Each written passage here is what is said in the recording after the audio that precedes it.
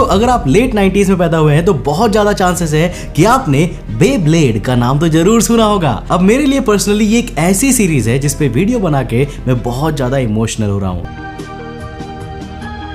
मुझे बिल्कुल भी याद नहीं है कि ये कौन से चैनल पर आता था, ये कब आता था। बस एक दिन टीवी पे मैंने इसके एपिसोड्स देखने शुरू किए थे और पूरी तरह से हुक्ड अप हो गया था। वो ऐसा वक्त था जब मेरे सारे स्कूल के दोस्त पॉकीमॉन्स की बात किया करते थे, पिकाचू चारिज़ार्ड को हरा सकता है या नहीं, बल्बासौर की उस स्क्विर्टल से ज्यादा ताकतवर है। हर जगह बस यही बातचीत होती थी। अब ऐसा लगता था मानो मैं अकेला हूँ जो बेब्लेड देखता था। लेकिन सिर्फ कुछ ही दिनों में मेरे सारे दोस्त ये सीरीज देखने लगे और उसके अगले कुछ दिनों में हमने अपने अपने बेब्लेड्स तक खरीद लिए। अब आपको तो पता नहीं, लेकिन मैंने बेब्लेड बहुत नचाया है। मुझे याद है कि हम कढ़ाई के अंदर बेब्लेड्स को घुमाते थे और एक दूसरे के साथ टक्कर करते थे। अब हमारे लिए ये सिर्फ कोई घूमने वाली चीज नहीं थी, हमें पूरा यकीन था कि इन बेब्लेड्स के अंदर पेगासुस, एराइस, ड्रैगन जैसे स्पिरिट्स रहते हैं। वेल, अगर आपने भी बेब्लेड देखा है तो डेफिनेटली मैं कह सकता हूँ कि आपने इसके साथ कनेक्शन बिल्डअप किया ही होगा। अब दोस्तों आज मैं आपके इन्हीं बचपन की यादों को एक बार ताजा करने वाला हूँ और बताने वाला हूँ कि जो बेब्लेड्स हमारे वक्त में इतने ज्यादा पॉपुलर हुआ करते थे वो आज गटर में कैसे पहुंच गए। आखिर ऐसा क्या हुआ कि बेब्लेड का नामो निशान मिट गया। फिर आज के इस वीडियो में हम इसी पर बात करने वाले हैं। तो हेलो गाइस, मैं हूं कौशिक और चलिए जानते हैं the rise and fall of Beyblade. दोस्तों बेब्लेड भी उन सीरीज में से एक था जो पॉकीमॉन के सक्सेस को कॉपी करना चाहता था। अब जहां दूसरी एनिमेटेड सीरीज कुछ अलग कार्टून बनाने की कोशिश कर रहे थे, बेब्लेड के अपने ही कुछ अलग प्लान्स थे। दोस्तों 1999 के जापान में पहली बार बेब्लेड के प्रोडक्ट्स मार्केट में आए। उस वक्त ये बेहद ही साधारण से दिखने वाले घूमने वाले केवल एक टॉयज थे, लेकिन जल्द ही इसके ऊपर एक मांगा स्टोरी लिखी गई और साल भर के अंदर इसकी एनिमे सीरीज को बनाकर जापान में रिलीज कर दिया गया। अब देखो बिना किसी शक के ये सीरीज जापान में बेहद ज्यादा पॉपुलर हो गई और कंपनी के पास इतना पैसा आ गया कि वो अपने बेब्लेड्स को दूसरी कंट्रीज में भी भेज सके। अब जहां जहां ये बेब्लेड के खिलौने एक्सपोर्ट हो रहे थे वहां बेब्लेड की ओरिजिनल सीरीज को दिखाया जाने लगा।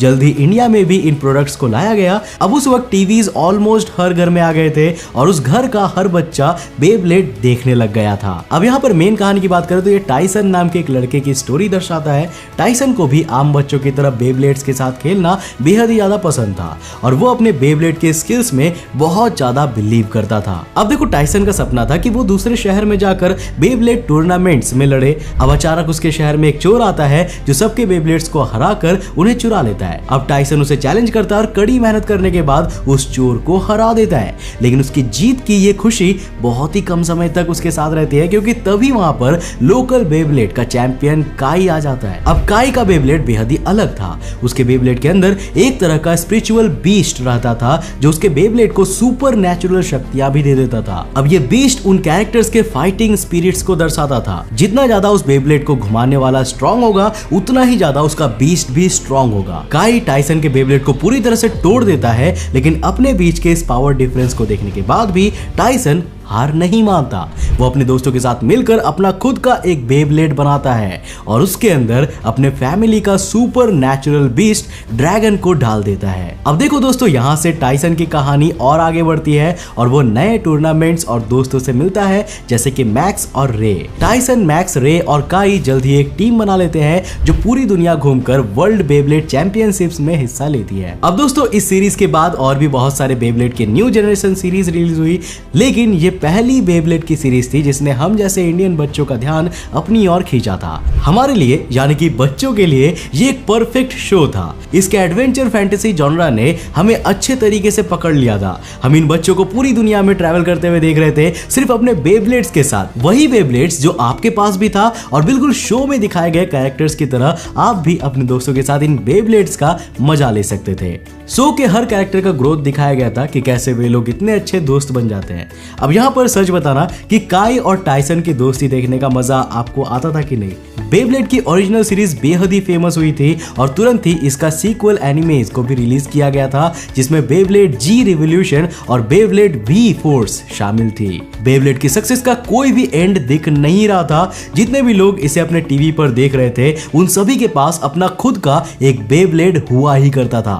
कंपनी को एक तरह से हर तरफ से फायदा हो रहा था, चाहे वो टीवी में दिखाकर हो, चाहे वो बेब्लेड बेब्लेड बेच करो, हर तरह से नोट छाप रहे थे। अब इंडियन बच्चों को स्पेशली वो मोमेंट्स पसंद आ रहे थे जिसमें अलग तरह के बीस्ट्स और स्पिरिट्स बेब्लेड के अंदर से बाहर निकलकर फाइट करते थे। अब देखो, मेरे ख्याल में बेब्लेड की स्टोरी भले ही सेम तरह की हो, लेकिन उसे जिस तरह से प्रेजेंट किया जा रहा था ना, वो बेहद ही यूनिक था। जिस तरह से टूर्नामेंट्स को दिखाया जा रहा था, हम सब ये सोचते थे कि क्या रियल लाइफ में भी ऐसा होता होगा। वेल, बेशक दिखाए जाने वाले बेब्लेड टूर्नामेंट्स इस सीरीज की जान थी।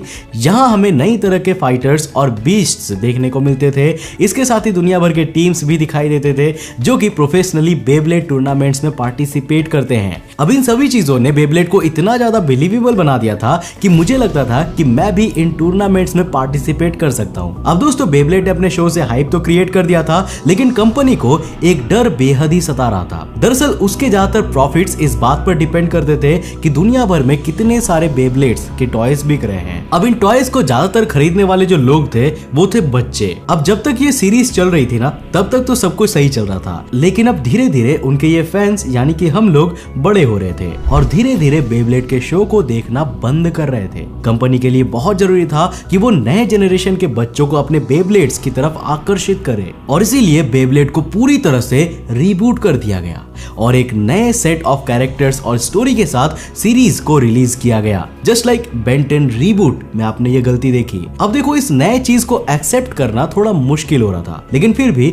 बेब्लेड की मेटल सीरीज को काफी प्यार मिला। अब भले ही सारे कैरेक्टर नए थे, लेकिन तब भी उन्हें पसंद किया जा सकता था। स्टोरी लाइन भी इतनी बुरी नहीं थी और बेब्लेड्स के अंदर दिखाए जाने वाले पावर्स भी सही थे। लेकिन फिर दोस्तों, बेब्लेड की कंपनीज ने एक बहुत बड़ी गड़बड़ी कर दी। उन्हें लगा कि ये नए जनरेशन की सीरीज बहुत ज्यादा चल रही है, इसीलिए क्यों ना हम हर बार एक नए जनरेशन के बेब्लेडर्स की कहानी को दिखाएं। नाउ ऑन पेपर ये बहुत ही अच्छा लग रहा था, लेकिन इसकी एग्जीक्यूशन बेहद ही बुरी तरह से की गई। अब एक बार फिर रिबूट करके बेब्लेड शॉगन स्टील नाम की सीरीज से शुरू किया गया, जिसे दुनिया भर में हेट मिला। स्टोरी लाइन से लेकर कैरेक्टर्स किसी को भी कुछ भी पसंद नहीं आ रहा था। और बस दोस्तों, इसके बाद से तो जैसे बेब्लेड को नजर ही लग गया। जो भी बेब्लेड की सीरीज रिलीज हो रही थी, सब कुछ फ्लॉप जा रही थी। एनीमे कंपनी अभी भी अपनी गलती को नहीं पहचान पा रही थी और बार बार नई जनरेशन की सीरीज को रिलीज किए जा रही थी। Beyblade Burst Evolution, Beyblade Burst turbo,